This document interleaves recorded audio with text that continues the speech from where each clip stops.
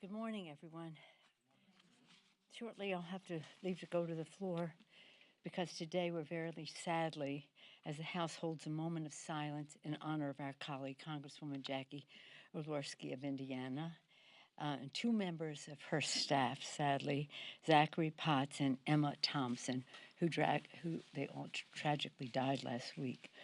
The Congresswoman was a lifelong proud Hoosier who lived a life of service. She was admitted by colleagues on both sides of the aisle, admired by colleagues on both sides of the aisle for her commitment to her constituents and her personal kindness. This bill on the floor right now is being chaired by Jim McGovern. She and Jim McGovern chaired the Hunger Caucus, and as I said, with great admiration for her. May it be a comfort to her family, her loved ones, and staff, and the loved ones of Zachary and Emma, that the whole House community mourns with them. It's so sad. It's so tragic. Okay, so some of you didn't come on the other day, Wednesday, when we had our presentation of our visit to Asia, following the president's emphasis and making a priority of Asia-Pacific initiatives as we go forward, his Indo-Pacific economic framework and the rest. And following up on that, we made the trip to Singapore, to Malaysia, to Taiwan, to Korea, and Japan. And since you weren't there, let me just say this. Maybe some of you were. We showed how we were received and how it was reported in the region. It was a very successful trip. A long time ago, before most of you were born, and maybe before your parents were born, there was a show on TV called That Was the Week That Was. David Frost was the host, and it was about a review of what happened the previous week, sort of in a intended to be comic vein. I don't know who thought it was funny or what. It depends on what side of the issues you were. But I did want to review this past week because it has been monumental. As I mentioned about our trip to Asia a week ago, we returned from that trip, and I bring like one of my proudest possessions that I have. This is Spar 19. This is what the crew, each of the members of the crew have for their belongings and the rest. And they made one for me, and they signed it all, and they decided to make it in pink. Theirs is usually not pink, but it's the most wonderful prized possession that I have of how well they took care of us on this trip, which had 3 million people following the tail number. That was Friday. Again, we had our press event to talk about what happened there. We'll continue to have that on the ongoing about the importance of our Asian Pacific involvement under leadership of President Biden, as we also celebrated this week the president signing our approval of Finland and Sweden into NATO, looking to our transatlantic strength and friendships. Okay, so that was then Tuesday. The president signed the CHIPS and Science Bill. This was a remarkable, remarkable success for any of us who care about our country, our competitiveness, and our future. It declares our economic independence. We are much more self-reliant. It declares it strengthens our national security. It enhances our family's financial future. It ensures America can outcompete any nation on earth, and it does so in a way that has fairness and is inclusive and diverse as we go forward. The new law, a once-in-a-generation law, creates 100,000 new Davis-Bacon, that would be prevailing wage jobs, and returns America to a world leader in the semiconductor and chips manufacturing business. It has many House priorities. When you wear a mask a lot, of course, you kind of get sniffles, so we had to wear a mask a lot on our trip. Many House priorities, including to recruit a nation's best minds on an inclusive STEM workforce that will unleash innovation across the country, every place in our country, every community in our country. We thank our remarkable chairs for their vision and science-based work. We are proud of 100% Democratic vote and the bipartisan nature of the bill. And we, once again, commend our president. Then, that was Tuesday. Then on Wednesday, this is the week that is and was, the president signed the PACT Act, taking historic action to care for those who put their lives on the line for America and now suffer from devastated diseases. This could apply to approximately 3.5 million Americans. The PACT Act will save lives. It secures access to vital health care for potentially, so they say, 3.5 million veterans exposed to deadly toxins from burn pits, and empowers those harmed at Camp Lejeune because of the water supply there to have their day in court. As I always say, the inside maneuvering goes so far, the outside mobilization makes everything better here. And we thank the heroic veterans and advocates who made this law their life's work, and we're pleased that care will be delivered as soon as possible. In case you don't know what burn pits are, some of these are as large as, not a football field, 3 football fields. They throw all kinds of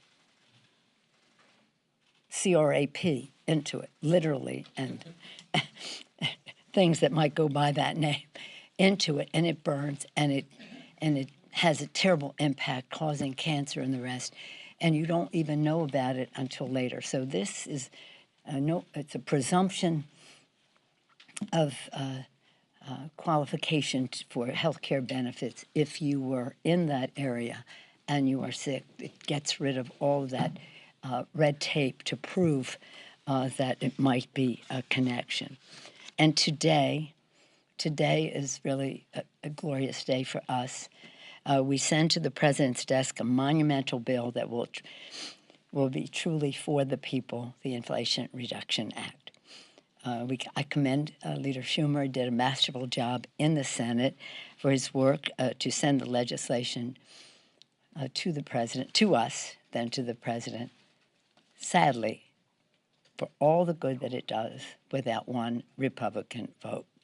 This legislation and all major legislation championed by President Biden, from the American Rescue Package to infrastructure to the CHIPS and Science Act, is about loosening the stranglehold that special interests have had on the Congress, whether it's the fossil fuel industry, whether it's big pharma, and even just to go to gun safety with the gun industry, loosening that grip and giving much more leverage to the people rather than to the special interest. Again, the IRA, you have to be, some of the Irish are a little sensitive about whatever, but the Inflation Reduction Act, it's a kitchen table issue. If you are sitting at your kitchen table and wonder how you're going to pay the bills, your health care bills, your prescription drug bills, this bill's for you. It finally enables Medicare to negotiate for the price of prescription drugs. It prevents excessive price hikes. It caps out-of-pocket prescription drugs to $2,000, extends the Affordable Care Act subsidies for 3 years to lock in lower premiums that save 13 million people an average of $800 a year. And then it combats the climate crisis, cuts carbon pollution by 40%, creates 9 million good-paying jobs, and brings energy costs down from like $500 to $1,000. We have been trying for decades to prevail, to win legislation that enabled the Secretary to negotiate for lower prices. Big Pharma has had a stranglehold on the Congress, so we couldn't get it done until now. This is a good first step. We always had bigger plans, we always do. But it's interesting that Big Pharma's leader has said the Democrats will pay for this. Really? For lowering costs for America's families for prescription drugs? Okay. And the third, it lowers the deficit and inflation. It makes a down payment of $300 billion for deficit reduction to fight inflation, according to, and I have the letter here. You should have this. I don't know if you all do. But this is a letter from 126 leading economists, 7 Nobel Prize winners, are included. It will, and this is what it says. It says, I can read it from there, or it says, these investments would be more than fully paid for. The revenue raised to finance them would come exclusively from wealthy individuals and corporations. Further, the revenue comes from enhancing the law enforcement at the IRS, a tax enforcement, and closing some of the most distortionary loopholes in the tax code. It's quite a remarkable letter, and it's a short letter, but it has pages and pages of economists, including 7 Nobel laureates. And it is, again, it makes a difference at the kitchen table. And at the boardroom table, corporations will now have to, and the wealthy will now have to pay their fair share. No new taxes on families making more than, no new taxes on families making less than $400,000 or under, and no new taxes on small business.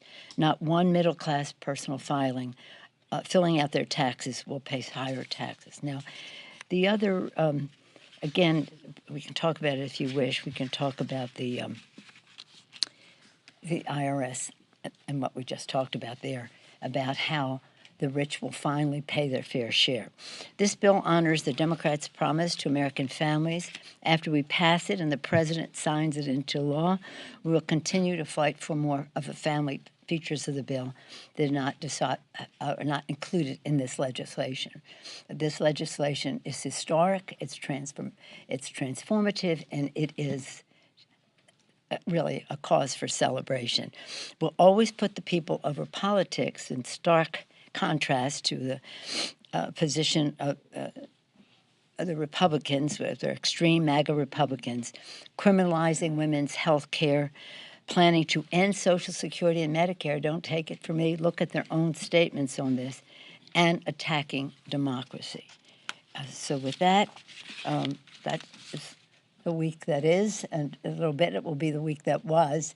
When we pass this legislation, it will be ready in a matter of minutes for me to enroll it, and I'll go directly to the president for signature. Yes? Thank you, Madam Speaker. I have a question about the Inflation Reduction Act, but before I ask that, I want to get your opinion about another news about Iran. The Biden Justice Department charged an Iranian national who allegedly works for the IRGC with plotting to assassinate former White House employees and also former Secretary of State. I wanted to get your opinion about the Islamic Republic of Iran trying to assassinate former U.S. officials under U.S. soil. And what comment would you expect from me to say? I mean, this is outrageous. This is, as I understand it, and I don't know much about it, but that they're holding everybody accountable for Soleimani, and that's what it is about.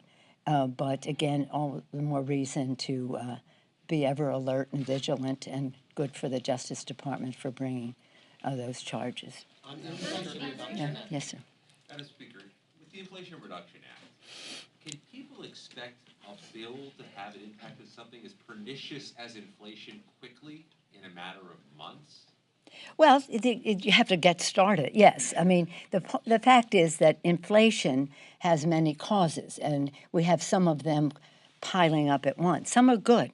That is to say, when you have high employment, low unemployment, and increased wages, even though not keeping up with inflation, you will have a level of inflation. I've said before here, my first hearing with the chairman of the Fed when I was a brand new member of Congress, nose to nose with him as the most minor person on the committee, and he said unemployment is dangerously low. Oh, really? How could that be? Well, in relationship to what it does to inflation. So the president, to his credit, under his leadership, 8 million jobs, private sector included, everybody participating, but under his leadership, 8 million, now 9 million jobs created, unemployment cut in half. So that's one. And we don't want to trade jobs.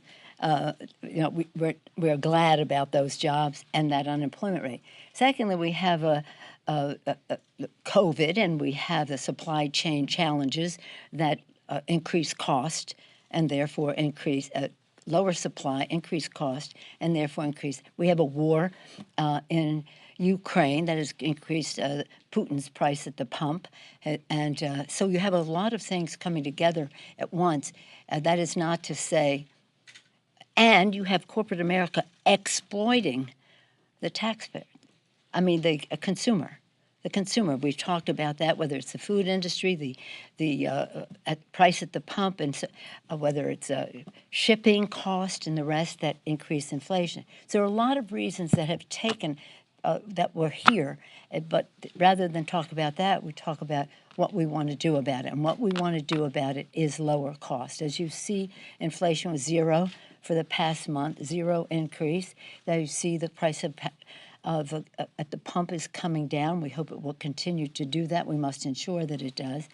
We passed legislation to reduce the cost of food. So we are, when you say pernicious, I agree with you, but we have to act upon it. And this legislation, as the economist said and the Nobel laureate said, will help with fighting inflation. How concerned are you about the rhetoric from Republicans around what's going on with Trump and the Department of Justice right now? Some of them saying that it's gone too far for the FBI to have done this. And secondly, do you want to see Congress open more investigations into the material that Trump allegedly took?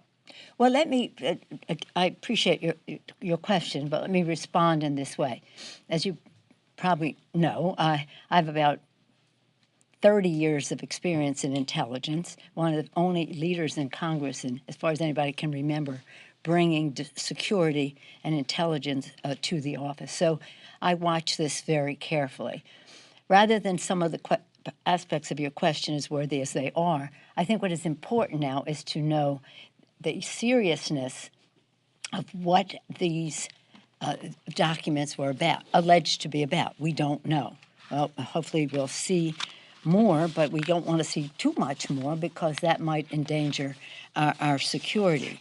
So when we talk about this, there are laws against the improper handling of this material. There are laws against that, and and we have to recognize that. This information, as it is coming across, and we'll know more later, is highly classified, well above top secret. It is again higher than top secret. It's top secret SCI. It is it's about our national security, as we are told, and we'll see how deeply it goes into that. So I think our concern is always to protect and defend. And protecting and defending means we do not frivolously treat the documents that relate to perhaps, as they're saying, and we'll find out, again, all alleged at this point. I don't know any more than is in the public domain. Everybody's holding it very tightly. That if the nature of this of these documents is what appears to be, this is very serious. Very serious. Given that, though, do you want other congressional committees to I'm not concerned. Right now, it's in an arena that we will see what happens next. It isn't. I'm not making plans about congressional investigations. Let's see what the course they're on is now. Yes, Josh. Have you been briefed on any aspect of this? No. That it was missing, that they were going to? No, nothing. You just know what's in the public No, domain? no, just know what's in the public domain, and what's in the public domain is, a president can declassify anything. Shouldn't be able to declassify the matters of this seriousness. This isn't declassified. It's just improperly handled. Now, what is it? We'll see. We'll see in the unsealing, and that may not tell us everything still because of the serious nature of all of this. But since you're asking this question, let me be self-serving. A long time ago, like 20 years more, when we had our last intelligence bill, when President Clinton was president, there were some over on the other side of the building who wanted to put into the intelligence bill legislation that said if a reporter reported something on the basis of information that he or she received, that person would have to prove that it did not harm our national security. So if you got some information and you wrote it up, the burden would be on you to report that it did not harm national security. I said to the president, you can't sign this bill. We were not signing the conference report on it because it came from the Senate. We're not signing the conference report. You cannot sign this bill. And he, of course, agreed. He just didn't know about it. I was a ranking member at the time. So what we did was we changed it to say, if you had this information and you wrote about it, the government would have to prove that you harmed national security, which was a big victory for freedom of the press in our country. And we got wonderful response from editorial boards and the rest of that. But so be careful about how you handle whatever it is, but you have to be appreciative of the fact that we reverse the burden of proof in that. Was that self-serving? Yes, sir. Last question. Okay. Can we ask you about the attack in Ohio against the FBI? Ben Speaker, I'm curious if you have any This comments gentleman on was this or you are- recognized. I'm sorry. Okay. There was enough concern apparently for a search warrant to be granted of Trump's residence. This is not, by any stretch, his first go-around, his first brush with the law. He's no longer in office, and I think he used to feel some sort of reticence about characterizing him. Me? In the middle of all of this, I have been resident. Who has been more than I? Okay. was this president a crook? Excuse me? Was this president a crook? A crook? Why don't we take your question? I mean, feel free to respond to my colleague's question, but the attack against the FBI office and the apparent attack against the FBI office in Ohio, how concerned are you about the increased level of violence against law enforcement, against public officials? And are you concerned that some of the rhetoric from the former president could be to blame for some of those increased threats? Thank you for your question. We need more evidence than a presidential incitement of an insurrection on the Capitol to know about causing concern about the safety of members of Congress, of our Capitol, of our Constitution, and of our law enforcement. On Tuesday, we had a conference with the members, it was a Zoom caucus with our members where we had a presentation on enhanced security for members and their staff and families. And in an unemotional, serious way, recognizing that this inflaming of situations that have no basis in truth even and are in disregard of the responsibilities of law enforcement. So yes, but we have to be, there are no guarantees. We sign up for this, we have to do our jobs. I know very well how vicious they can be for a long time now, but certainly enhanced, if that's the word, exacerbated by the statements of the president. You would think there would be an adult in the Republican room that would say, just calm down, see what the facts are, and let's go for that, instead of instigating assaults on law enforcement. Thank you all very much. We have to go to the floor for the moment of silence now. Thank you.